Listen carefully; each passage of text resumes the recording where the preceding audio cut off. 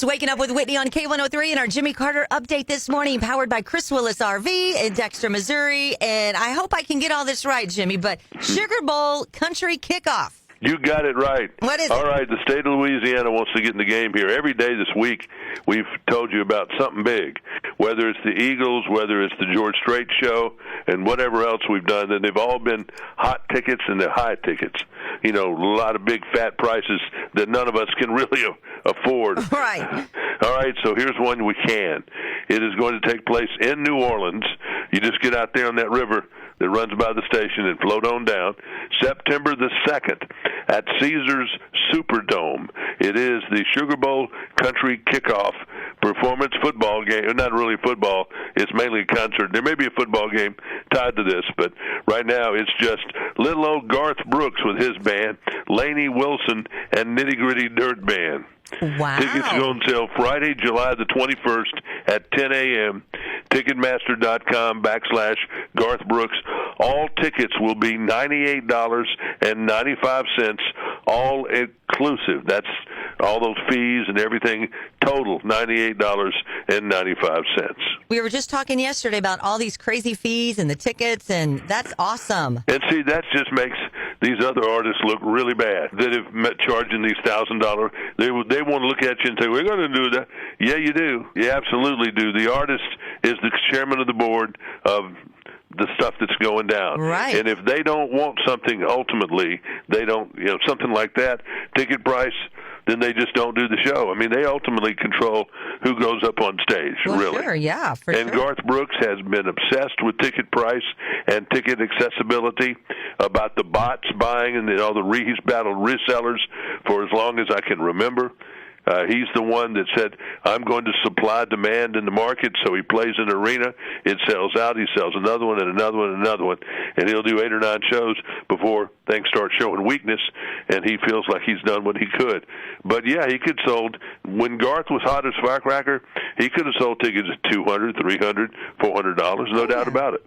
Interesting doings. Now, this morning when the sun comes up out in Los Angeles, they're having an executive meeting of the Screen Actors Guild and American Federation of Radio and Television Artists. These are the actors, the radios, the news anchors, all of that stuff. And they're going to discuss whether they're going to strike along with the writers, and I think they will. So this is a rough strike that's going on here. 70-something days already for the writers. And what does this mean to you? That means your shows, if you like FBI or Law and Order SVU or whatever it is, NCIS, whatever, these shows ain't coming anytime soon. And we're talking about not even in the fall. The earliest they could start, if this strike ends, would maybe be put something in November, 1 or 2 things, but not a lot. This is what the Hollywood studios want to do. They want the writers to go broke before they resume talks. They want them to lose their apartments, lose their cars, and that type of thing. Then maybe, he said, they'll be in a position to sign a contract. They want to dig in. So that's bad. That's been exposed. Makes the producers look really bad in this, but we'll see where it all goes. Yikes. Now, the Emmys, they snubbed Taylor Sheridan again. He's the one that's created all this Tulsa King, Mayor of Kingstown, Yellowstone, 1923, 1883, etc.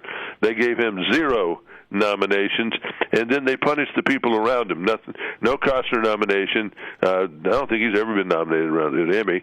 Helen Mirren, who's one of the best actresses ever. I thought she was great in 1923 with Harrison Ford. They got nothing. These Emmy things, I don't know. And if you are a mom, and now this is outside the format, but there's an artist named Olivia Rodrigo that a lot of little girls like. Oh, yeah. And there's a song called Vampire that meant automatically #1 and pushed Morgan Wallen out. Well, you moms need to go online and Google the lyrics to that song. Mm-hmm. It's got some F-bomb stuff in it, and it's got some even worse than that. So Interesting. might want to check that out, because I couldn't understand what she was saying. And I went and got the lyrics, and so I said, ooh, that's what I thought she was saying. But with the F-bomb, I didn't think I didn't think radio stations could play that word. No, I didn't either. So, I don't know. That's just odd. Interesting. I'm going to check it out. All righty, that's my parenting for the day. That's my cheap ticket thing for the day. And okay. I love it. We'll chat with you in the morning. Thank you. Bye. Bye-bye.